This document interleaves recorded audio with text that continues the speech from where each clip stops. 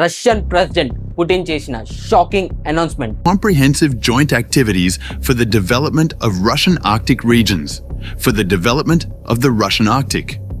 ఇప్పుడు global trade route ని complete గా షాక్ చేసింది. అసలు కంప్లీట్ గా ఐస్ తో నిండి ఉన్న ఈ ఆర్టిక్ రూట్ లో ఇలాంటి గేమ్ చేంజింగ్ డెసిషన్ ఎందుకు తీసుకున్నారు? సో ఆ అనౌన్స్మెంట్ ఏంటి, దాని బ్యాక్గ్రౌండ్ ఏంటి, మరియు ఇండియా అండ్ చైనా ఇలాంటి గ్రాండ్ ఇన్విటేషన్కు వెంటనే ఎందుకు ఎస్ చెప్పాయనేది ఈ వీడియోలో మనం డిస్కస్ చేద్దాం.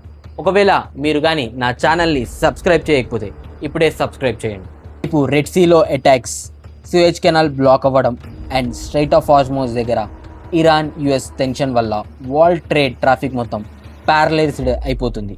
ఈ క్రూషియల్ టైంలో రష్యన్ ప్రెసిడెంట్ పుటిన్ నుండి ఒక డేరింగ్ అనౌన్స్మెంట్ బయటికి వచ్చింది.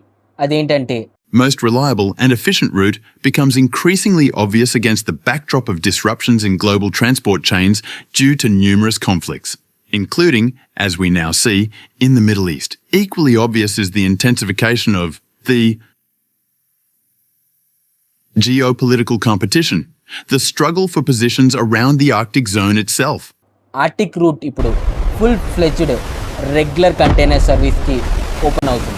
ఫ్రెండ్లీ కంట్రీస్ అయిన చైనా అండ్ ఇండియాతో కలిసి ఈ ఫ్రోజన్ ట్రేడ్ కార్డర్ని రన్ చేస్తున్నామని, అసలు డికెట్స్గా ఫ్రోజన్ బేస్ ల్యాండ్ అనుకొని ఎవరు పట్టించుకొని ఈ ఆర్టిక్ ట్రేడ్ రూట్ మీద సడన్గా ఇంత ఫోకస్ ఎందుకు పెరిగింది? రష్యా ఎక్కడైతే తన నార్థన్ కోస్ట్ లైన్ ఉందో దానిని నార్థన్ సీ రూట్ ఎన్ఎస్ఆర్ అని అంటారు. ఇది ఏషియా టు యూరోప్ ట్రావెల్ డిస్టెన్స్ని దగ్గరగా 40% వరకు తగ్గిస్తుంది. ముందంతా ఇది ఒక ఎక్స్పెరిమెంటల్ రూట్ లాగా ఉన్న ఇప్పుడు రష్యా స్టేట్ కోఆపరేషన్ రోస్టమ్ కంట్రోల్లో ఇది ఫుల్ ఆపరేషనల్ రెగ్యులర్ షిప్పింగ్ లేన్గా మారుతుంది. Weekly container service like China's sea legend ships ఈ రూట్ నుండి డైరెక్ట్గా యూరోప్కి వెళ్ళడానికి గ్రీన్ సిగ్నల్ ఇచ్చారు. Putin's bold claim on nuclear ice breakers. అది ఏంటంటే, our ice breaker is unmatched. Has an icebreaker fleet like ours. I don't think anyone else has nuclear icebreakers at all, but we do, starting with the Lenin icebreaker. The leader is now under construction. A vessel designed to shatter ice of truly unprecedented thickness. No one else on Earth possesses anything remotely comparable. If other nations claim they'll build one, even the most advanced countries will take many long years. Many years. మీద ఎవ్వరికి ఇంత powerful nuclear powder ice breakers లేవు. లైడర్ class ice breakers కూడా కన్స్ట్రక్షన్లో ఉన్నాయి. ఎవరైనా దీన్ని build చేద్దాం అనుకుంటే అది బిల్డ్ చేయడానికి డికేట్స్ పడుతుంది.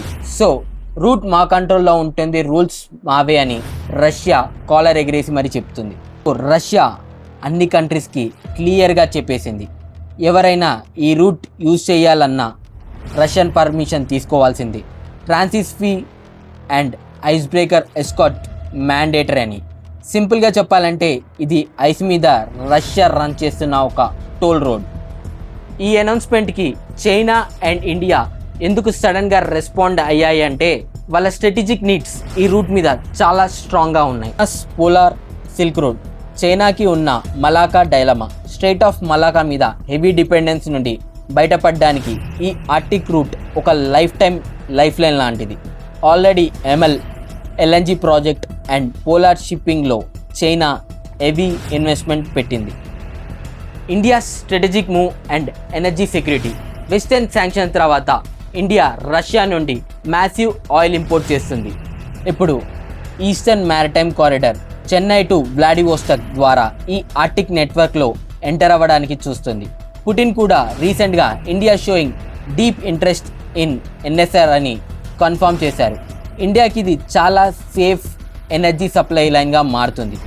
Suez canal and Hormuz choke పాయింట్స్లో ఉన్న కంటిన్యూస్ రిస్క్ వల్ల వరల్డ్ ట్రేడ్కి ఒక ఆల్టర్నేట్ నీడ్ చాలా అర్జెంట్ అయింది. సో పుటిన్ చేసిన ఈ బోల్డ్ అనౌన్స్మెంట్ అండ్ దానికి ఇండియా అండ్ చైనా రెస్పాండ్ అయ్యి అన్నీ కలిసి 21st సెంచరీ గ్లోబల్ ట్రేడ్ రూట్ని కంప్లీట్గా మారుస్తున్నాయి.